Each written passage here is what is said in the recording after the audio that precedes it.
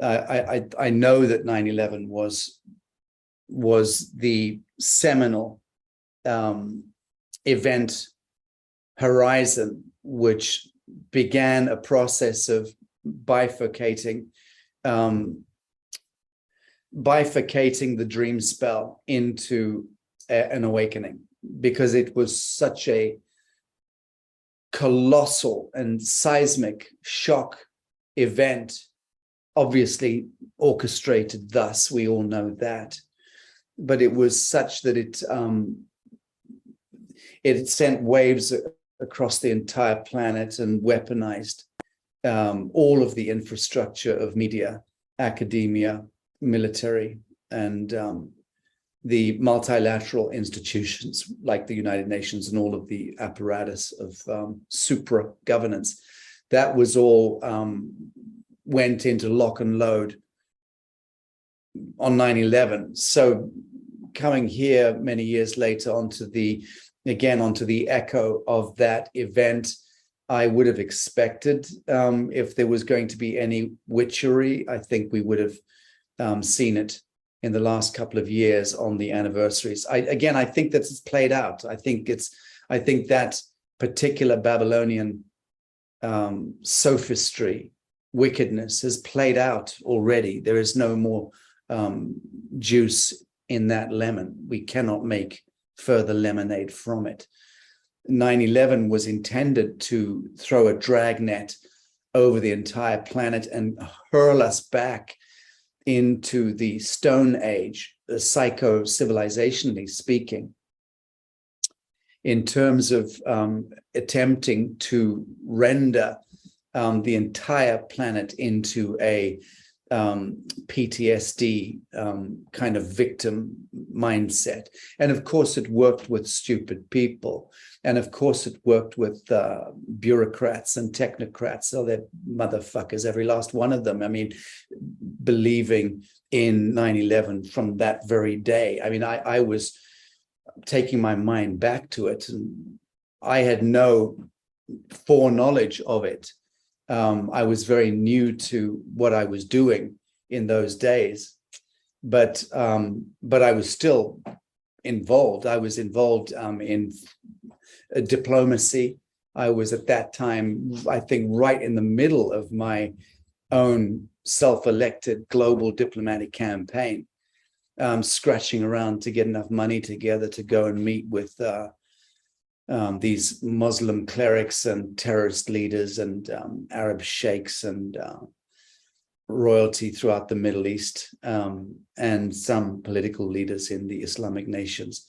Because at that time I was obsessed with a prophecy that had hit me in 1997, where I was forecasting the clash of civilizations being articulated by these satanic forces, and that it was going to be an engineering of monstrous conflict between Islam and the Judeo-Christian world. And I could see in the prophetic visions that I was having in late 1997, which went on into 1998. I don't speak much about that time, but that was the whole starting of my journey into what I'm doing now. But I was convinced that what I'd seen in this prophetic state was going to eventuate into catastrophic failure of the planet, thermonuclear Armageddon, and extinction of species. And that was what propelled me into my own seismic PTSD type event, which threw me into the Middle East and into North Africa on this one-man odyssey to try to find answers to these burning questions. Is it possible to speak to these crazy Muslim clerics and terrorist leaders and all the rest of it? Is it possible to speak to these kinds of characters, these zealot figureheads, and then bridge into the other faiths and try to orchestrate some kind of fellowship? Well, that was my whole passion. So for years I was doing that. But what I'm getting to is this. I was very much involved in frontline humanitarian activism, self-elected. No one was listening to me. I was just a long-haired tit and a zealot in my own way. And luckily enough, I was well connected through my nonsense rock and roll years, and enough to have doors open to me. And so I was just trying to push into that frame, but sufficiently that on 9/11, I was visited in my car park in Bow in London by presumably special operations surveillance squad were parked in my private car park. And I think that lasted, I can't remember how many days that lasted. But I knew that I was under surveillance because this had been warned to me already in the Middle East. And so from that point of 9/11, I knew how serious it was in respect of the cabal and the deep state moves that were taking place. I had raised an enormous amount of money at one point, close to $90 million United States dollars at that time. And the accounts were frozen. My foundation accounts were frozen. All that money was sequestered. I'd raised the money on my peace work, my peace initiative, and was planning some very big and bold moves. This is a long time ago, mind you. And that money was seized post 9/11.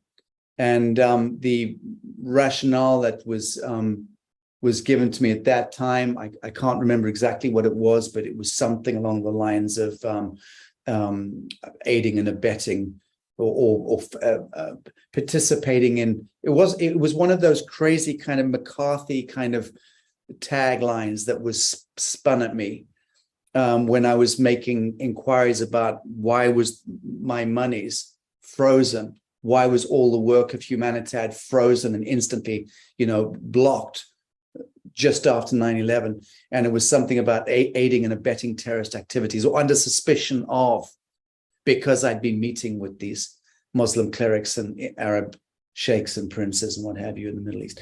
So it impacted me. And I'm getting slowly to the answer. It impacted me. 9/11 impacted immediately. The knock-on was seismic, and it ended or certainly 90%, maybe 95% of the activities I was deeply, deeply involved in trying to bring about peace and fellowship and intercultural, interfaith fellowship. At that time, I was about to launch the new Humanitad University, which was and a number of other programs. We already had our headquarters in Szentes, just outside in Hungary, outside Budapest. We'd already had our huge university headquarters at the beautiful town of Szentes, and that was all about to kick off. I had huge projects about to be financed through the funding that I'd raised, and it was all wiped out. Boom. Overnight, I was literally left with not a dime and banks frozen. And I do remember, I can't recall exactly when it was, but it was a matter of a few short weeks after 9/11, I did receive an envelope. And it was a big manila envelope. And in that envelope was a clutch of papers, which to this day, I wish to God I had kept. And in truth, I might still have somewhere in storage. I've not really done a retroactive search, but that clutch of papers were intelligence documents. And again, this is just a few weeks into 9/11. And in those intel documents, I was being begged by anonymous agents to use my acumen and my diplomatic reach and political clout or diplomatic clout to be able to bring forth what had actually happened behind 9/11. So much of that information was in that envelope. And I will tell you here, it terrified me. It absolutely terrified me, because at that time I was more or less rolling with the narrative, thinking, oh well, maybe it was definitely foul play and probably financed by, fringe CIA, Mossad, whatever. But the idea of crazy Arab pilots, crashing planes into the building, and so I was shocked as hell when I read the intel in this envelope. And it was hard intel that had been sent to me, and anonymously so as well. And to my regret and somewhat to my shame, retroactively, I didn't act on it. How could I? I'd already been blocked. I'd had my accounts shut. So I was out of the game, and that lasted for quite a while until I did resurrect my bank accounts eventually, but the funds were returned to the sources in both Canada and the Emirates, which were the source of the finances that I had raised. I had to waive those monies for all time, about 90 million USD, and continued privately with my works and, more or less growing things in Humanitad Foundation to a point where I can't remember how long it was, about 9-10 years ago, I think it was, HSBC, who had been my bank since 1997, since I formed the foundation, 1999. They closed all my bank accounts down, sent me back one check bundled in all the monies that I'd had and from my different accounts, my education programs, all the different programs, and said, your business is no longer welcome. I never had 1 cent overdraft, never borrowed money, was always standing in honor, but the banks locked me out. From that point on, I've not been able to engage with any of the banks. I'm completely unilaterally and multilaterally blacklisted, apparently. So that I'll wind it up by saying 9/11 had very big ramifications for me and for the work I've been doing, was doing personally. And of course, it was only in 2012, in late 2012, when I was doing a press conference with Dr. Judy Wood, when I was sat next to her on the press conference panel, and we got chatting, and she, of course, was the great forensics expert on 9/11. And I asked her direct, what happened on that day? What's the bottom line? She said the bottom line was witchcraft, and that was felling of Gog and Magog and the Twin Towers was designed to throw the whole world into a spell, cast a spell. She said that was the bottom line. And so that then informed my narrative subsequently, and has always been the basis of my understanding of not just 9/11, but led me to also begin to really look into, all of the other, Pearl Harbor and, Bay of Pigs and the World War II, World War I, and the Napoleonic Wars going all the way back. And then, of course, one traces it even further back. And I made something of a fixation on learning as much as I could, and to some extent divining as much as I could about historical battles and wars. And I was feeling in the dark to understand, why did the Battle of Waterloo take place on that battleground on that day, under that sun and moon?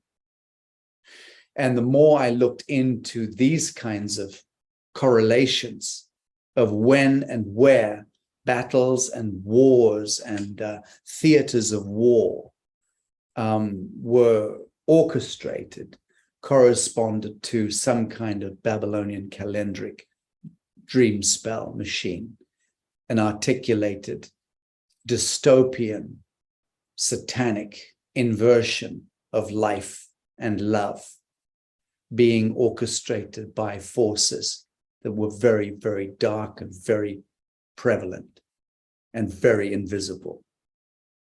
So that really helped me over many years begin to patchwork in and then understand the extent of the nature of so-called reality as it relates to it being orchestrated by what I've referred to for years now as the Babylonian priesthood, or the invisible mastery.